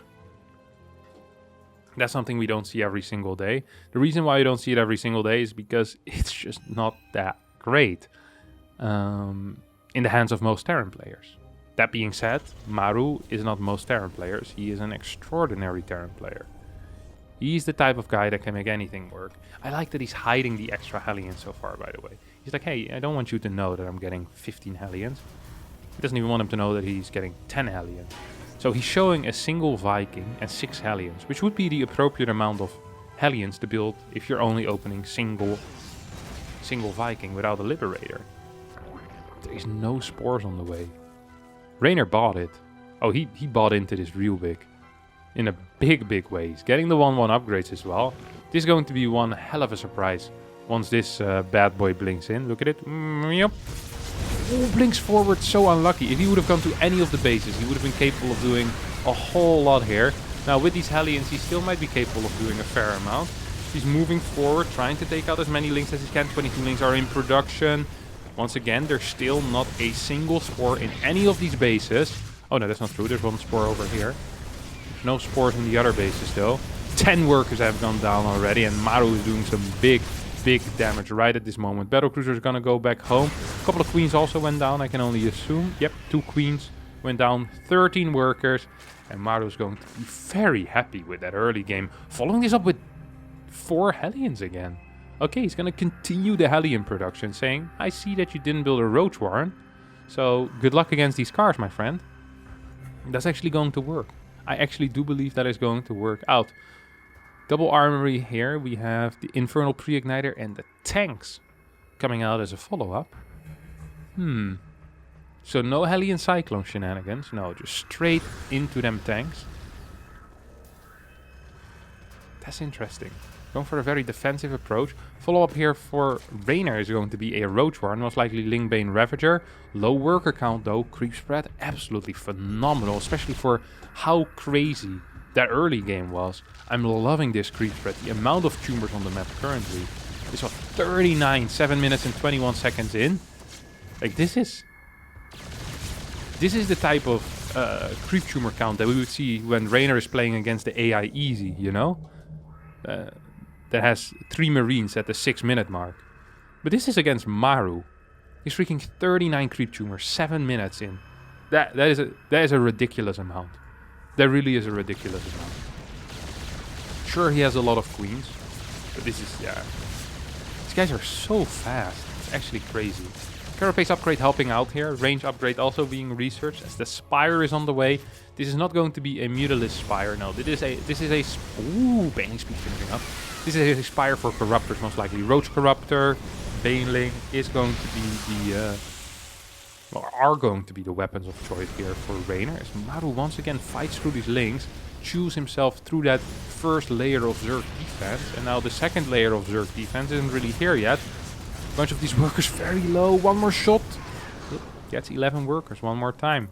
24 workers have gone down so far in this game as another battlecruiser gets teleported in. Good call to go here, by the way. Look at all these low drones. Could just target all of them down. That's exactly what he does. I think he just got 5 workers basically instantly. Maru stays ahead in the worker count. Goes for the double Yamato and should teleport home as the Spire is done. And there definitely is a danger of losing these PCs. These PCs say, maybe I can kill a couple more workers, and they definitely can. Now comes the teleport, 5 Corruptors on the way as well, and these PCs will get repaired. There's 3 PCs total on the map. and no fourth one inside. Cyclone upgrade is being researched as well. There's a single Viking. Is there an eBay? Yeah, there is an eBay. I wouldn't mind 1 or 2 turrets here. Of course, it's unlikely that Reynor is going to push in, but just in case, it gives that extra layer of safety to these BCs.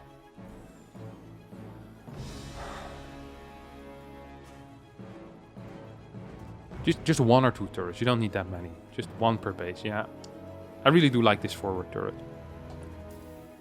I think those are good calls. Creep spread on the right side is a little bit lacking, and Reynor in general has been having a tough time spreading many more creep tumors in the past 2 minutes. He's gonna lose another 9 workers as well, as the Hellions continue their journey, slaughtering and barbecuing drones as they please. As 13 workers go down in a mere 25 seconds.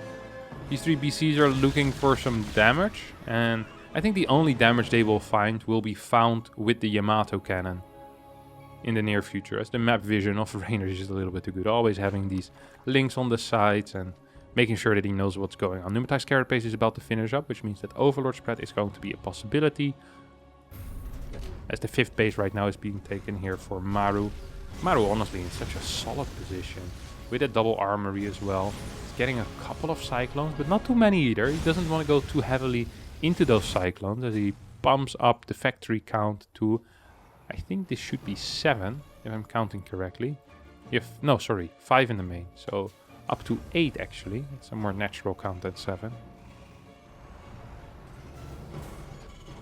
Another command center is being built, and I mean, the fact of the matter is that no matter what army comp Terran is going for, they're always going to be trading efficiently. So if we get into a late game split map scenario, Reynor is in trouble. He hasn't really been capable of doing anything so far this game. He finally is reaching max on 797 workers.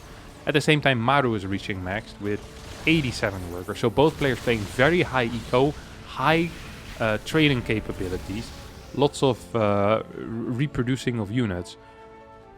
There's 17 Corruptors, and in an army that only consists of 90 army supply, 17 Corruptors is a large amount of supply. The rest of this army is, well, quite frankly, crap. There's a couple of Roaches, there's a bunch of Queens, a few Ravagers, which are definitely needed to deny these forward siege up. Is that good enough? Does it kill both? No, only kills 1. Wish it was slightly further to the back. I think that definitely was double killable. Bailing's killing the Helbets right now, as a single Ravager shot still needed on that tank. Not going to hit it though. The Corruptors at the same time are in search of the BCs, will find the BCs. And I think this is more than just trying to kill the BCs. It's also saying, hey, I actually need to get rid of some of this supply because I just simply don't have enough units. Reynor is trying to expand to the bottom side. I think he should be giving up this base rather than trying to defend it. There's simply too many tanks here. Banelings are connecting with a tank. That's not an efficient trade whatsoever. These Ravagers are going down as well. Maru is dropping very low in supply all of a sudden. So perhaps this was the correct call after all out of Reynor without the adrenal gland still. Although he has been on Hive for at least a little while. Cyclones are being popped out. The high eco though for Maru allows him to quickly reinforce this position. This base is gonna go down. Inevitability. Banelings are being morphed, but the gas count is low. Is the larva count big enough? We have a single larva, so the answer is no. The larva count is not big enough. 5 more Cyclones on the way. See a more mobile army coming out of Maru here. He's losing a lot of his tanks. Ooh, that was a big double kill. Reynor's taking good fights here. He really is taking good fights. The battlecruisers have disappeared as well. They are being rebuilt. The Corruptors are flying around trying to kill bases. Perhaps you should just keep them alive for now, as there's always the possibility of these BCs returning into the game. And otherwise something like Brute Lords later on might be useful. Triple Viper is being built as well. Still no adrenal glands on the way here for Reynor. That is slightly surprising. I am not the biggest fan of that. I'm not the biggest fan of that.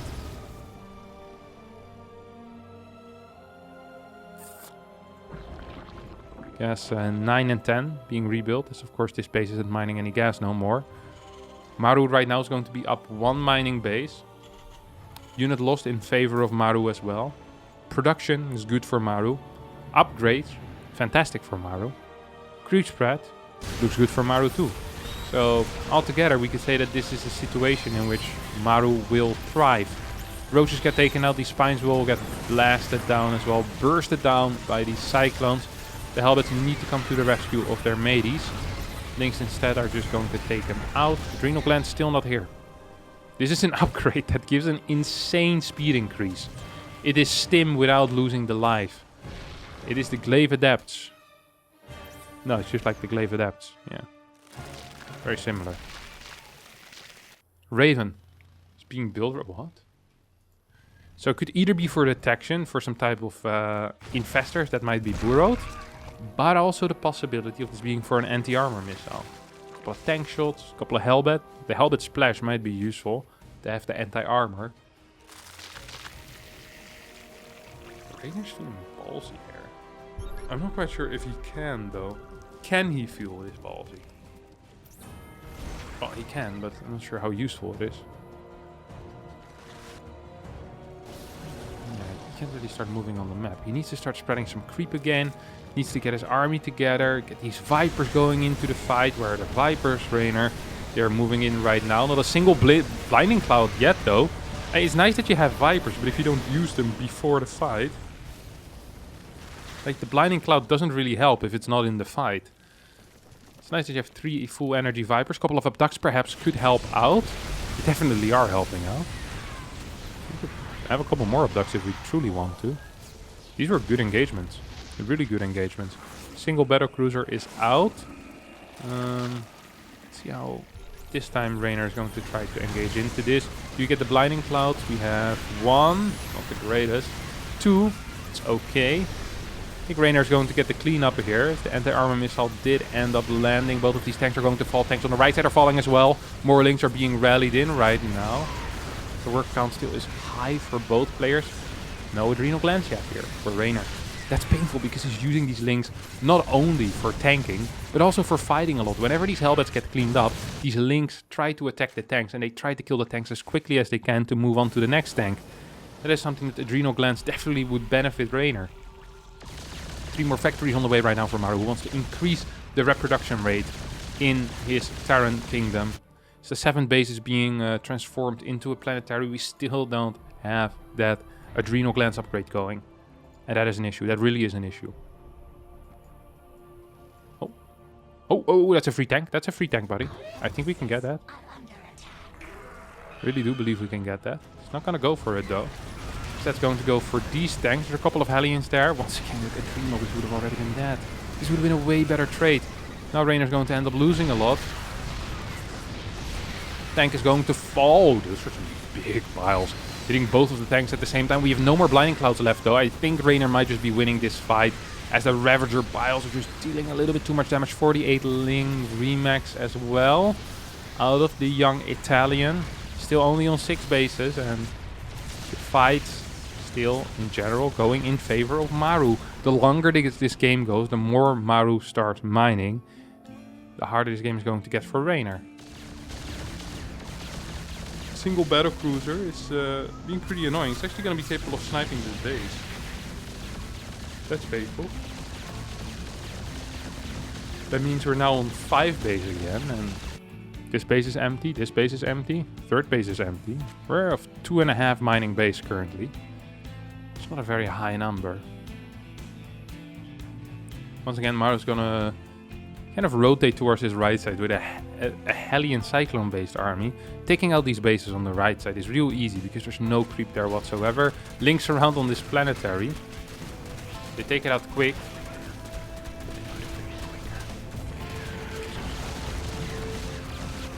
This base is also gonna get taken out here. It's the Cyclones do have their mech field accelerator. Just target down that hatchery. Starting to like Maru's position more and more. It's Reynor right now on truly a single mining base.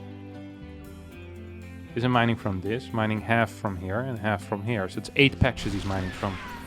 1700 minerals in combination with some long distance mining. Here comes the Road Ravager Force though. Are there still Vipers with this army? I think the answer is no. Is there still army with this army? The answer is no to that as well. So Maru takes the 9th game in Europe versus Korea. Puts Korea on match point. Europe needs to think who to revive, and I think I have an idea who they might revive for a second time. Game number 10 in Korea versus Europe. Here in the bottom right, spawning as the blue Terran, it once again is Maru. And in the top left, as the final player for Europe, it's going to be none other than Liquid Clem. Here, as the red Terran, the map is Curious Minds. We see the first barracks being thrown down on both sides in the main base. No cheeky plays here out of Maru. No cheeky plays here out of Clem either. I'm just gonna take it slow. First gas being taken in the main base. Double gas here for both players actually. So both players opening up with something slightly more aggressive perhaps. Definitely the possibility for it at least. Could also of course go into that. Ooh. You have an SCV scout coming out of Maru. So Maru is going to be the only one that knows what his opponent is doing. Clem will be left in the dark. But sometimes just having your opponent SCV scout is good enough. Clem's also scouting though, albeit a little bit later. Neither player should be capable of entering the opponent's main base, as the depot should fully wall that SCV out on both sides. There's a hole here actually, in which the SCV of Clem perhaps can slip through. So the reactor won't be ready yet. Factory will be built, but what is there really to see in the main base here for Clem? The fact that maybe there's no second barracks, there could be something. I doubt he's going to pop in. It is of course possible. No, he's just going to go away. Might get caught by this Reaper though, would be frustrating. Maru definitely going to look for it. He's gonna see that SCV with his own SCV, but he can't really chase this SCV midway through the map, right? It's impossible, because then you might just die against Clem's Reaper. You know that both players always open up with a Reaper. Second Reaper here for both players as well. No quick reactors out of either. We have Clem with the low ground CC first, and Maru following shortly after here. Pulled out of gas on both sides. So we see the tech lab starting at exactly the same time. Neither player opening up with a Hellion, which could indicate some quick cyclone play. It's actually complete mirror so far. A complete mirror on both sides. Same with the movement here, as these two Reapers are gonna make their way into the opponent's main base, and I think Maru has similar ideas here. It kind of reminds me of the game one, the same move that Maru did against, or that HeroMarine tried doing against Maru. Back then it didn't work, now it is definitely going to work for both players. It depends who's going to micro better, who is quicker in this scenario. So far it seems like Maru is getting the better end of this trade. 5 workers have gone down on the side of Clem, 6 workers. Clem is slightly trailing behind. And more workers are being pulled off the line as well, as Maru is not really making any mistakes. 10 workers went down on the side of Maru. 11 workers went down on the side of Maru. 12. Okay. Clem with a slight lead actually. And it is only 3 workers. But if there's 15 to 18 workers total, that is a significant percentage of the total. 3 workers here. That's a, what is it? A 20% increase of workers here for Clem. She's going to have, well, about 100 to 200 more minerals than his opponents. Double Reaper on the way. It seems like Maru actually wants to do something aggressive from here. It doesn't surprise me. The first kind of instinct reaction, the gut reaction out of both Maru and Clem tends to be to become more aggressive. Whether ahead or behind or even, they just like being aggressive. And if there's an excuse for them to walk across the map or march across the map with a couple of units, they will always take it. And that's exactly what we're seeing here. Maru's going to send 2 more Reapers into the main base. I was about to say Adepts, but it's obviously Reapers. And these Reapers actually could do something here as well. As the Cyclone is slightly out of position, 2-3 extra workers could go down. Now, of course, that isn't going to be free, as the Raven is going to get some significant delay on the side of Maru. First 2 workers have fallen. 4 workers are going to go down basically immediately. Poor defense so far out of Clem, who's trying to repair as many SCVs as he can. Another good grenade. 5 workers go down, definitely worth it here for Maru, who's now pulled ahead in the worker tab. And also a lot of mining time on the side of Clem. Of course, that quicker Raven does mean he's going to have more energy. Perhaps a faster second Raven as well. And this could kind of snowball. Like I mentioned before, whenever one of these players gets attacked and they feel they have the opportunity to move across the map and get something done, they very often take it. And that's exactly what's happening here. Third CC on the way here for Maru. Clem not quite there yet. Instead we see a second Raven for him. First tank on the way as well. Clem could be looking to attack up into this natural. Of course, one interference matrix is available. And he has a superior marine count. If he goes in here, I think he doesn't straight up win, but he definitely could do some big damage. One scan forward, and this game just could be over. I mean, there's a Cyclone and a tank against one tank and a Raven. Instead, Clem is going to play it very slow and will start shelling away at this barracks. Same time, we have one Marine here scouting the fact that there's no third base landed yet for Clem. Clem hasn't even started his third base yet, so there's a lot of pressure coming out of this. I think that Maru is going to try to do something at least. Double turrets, no. Single turrets, not the greatest control out of Clem. Actually shooting both of these tanks once, loses all of his energy on the first Raven and loses his tank. Does manage to kill a Raven, so it's a tank versus a Raven as a trade. Now we don't have an interference matrix here yet, we do now. It is still possible that Clem just goes in and wins the game. He's going to be up one Raven, well 2 Ravens soon, as his third Raven's also on the way.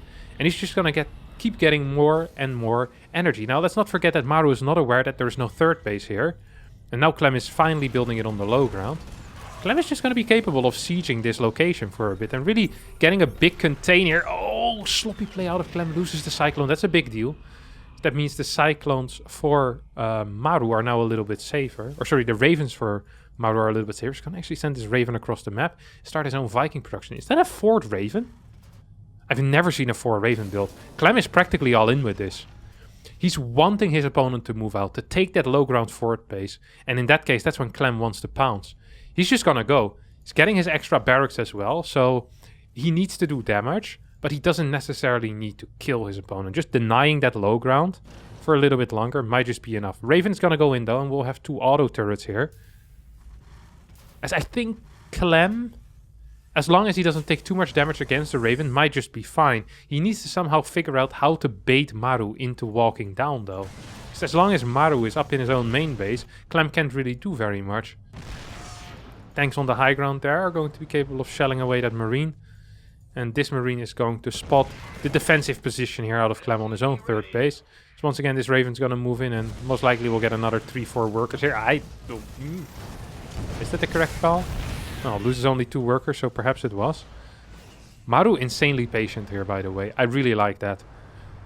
A lesser player would have started moving out already. Oh, and as I say that, he starts moving out. Clem, now aware of these Vikings at least, wants to fight ASAP. Can't quite though. Can't quite get a fight. He's up about 17 Marines. He has 5 Ravens against a single Raven. There's a crap ton of interference matrices. And there's also an absolute crap ton of turrets here. Let's take a look at this fight. Oh, first tank shots are going to be good. Here come the interference matrix. 1, 2, 3, 4, 5 interference matrix. 2 auto turrets as well. 3 auto turrets. No, 2 auto turrets going down. Tanks are getting sniped down. Big plays out of Clem. But tanks in the back are still remaining alive. Will they get the shots off on the Marines? Weird trade here. 2 Ravens stay alive. A lot of the Vikings are still here as well. Clem falling behind about 8 workers. And now is going to end up losing this tank as well. As I think there's 2 tanks shelling at him. No, there's just 1. But with the quick landing of the Vikings, we'll get it. This was a great trade for Maru, honestly. Keeps the air control. Maru, that is. Has a tank lead. Up in workers. Way faster upgrades as well. Stim is already done on the side of Maru. While Clem is just starting it now. Combat Shield is going to finish at the same time as Clem's Stim. There's just a scary timing here, which I don't quite know how Clem is going to hold it. Don't forget, if Maru wins this is the final game. However, if Clem wins this, we will need to see another revive out of Team Korea, whether that be Rogue, Dark, or Trap, is for them to decide. Clem in a bit of a struggling position right now, though. There's, I think, 2 interference matrices. No, there's only 1. Is he going to use the turrets instead? Yes, 1 turret, 1 interference matrix. I think there's just a little bit too much Maru here. 11 workers go down, Marines without Stim. And the tanks and Vikings by themselves are just a bit too much. Clem will need to tap out. And it looks like Korea once again beat Europe. Sure, Serral wasn't present, but Europe still needed a powerful lineup. Perhaps missing the most powerful player. Korea most likely is going to be winning 6-4 over here. Liberator's pushing forward as well, so Maru basically abusing his advantage to the max. Now Clem is trying to pick off these reinforcements. 3rd CC is still alive and Clem is down, what, only 14 workers? There's no combat shield yet though. He's down 1-1 upgrades as well. It's just, if it was just the fact that it was 14 workers, it wouldn't even be that bad, right? 14 workers, that is overcomable. However, 14 workers, 1-1 upgrades, down in combat shields, down in air units, like not having air control. All of these things are just individually already big, and combine them all, it becomes near impossible here for Clem to do anything. Tanks are sieging up right now, and here come the Liberators. We'll start pushing forward, immediately get the unsiege out of Maru as well. I love the way that he's doing it, this leapfrogging forward here. Tish. I think these Libs will get a shot in this time around. Yep, do get a shot. Once again, Maru will start pushing forward, and time is running out here for Clem. He doesn't have any anti-air. He has 2 Ravens, that's it. He needs to go, and he needs to go real quick. And if he doesn't, I mean, this is the end of his moving back. The CC will just get shelled down, and he can't afford another lift. We're going to see an SCV pool. We're going to see a stim in most likely as well. But Maru isn't even unsieging his tanks at this point. He just starts stimming forward. Will take out the command center. Clem needs to go right now, but he simply can. Not into this tank line of Maru. Maru keeps fighting with the Marines, and GG gets called. Maru wins the series 6-4, literally winning every single map. We've had 8 players play today, and only 2 out of the 8 players won maps, and those are Maru and Clem. So, yeah, pretty sick actually. Good performance out of Clem, good performance out of Maru. Felt more like a best of 3 between these two than anything else. And Maru was just a little bit stronger than Clem today in that regard. That's going to be it for today as well. Thanks everyone so much for watching. I hope you did enjoy this cool exhibition match, which was hosted by Ollie Mollik. Got the replays through the patreon.com/OllieMollik or Ollie Mollik, one of the two. I'll have it correctly in the description. So thanks to them for handing over the replays to me. I'll see you all next time, and bye-bye.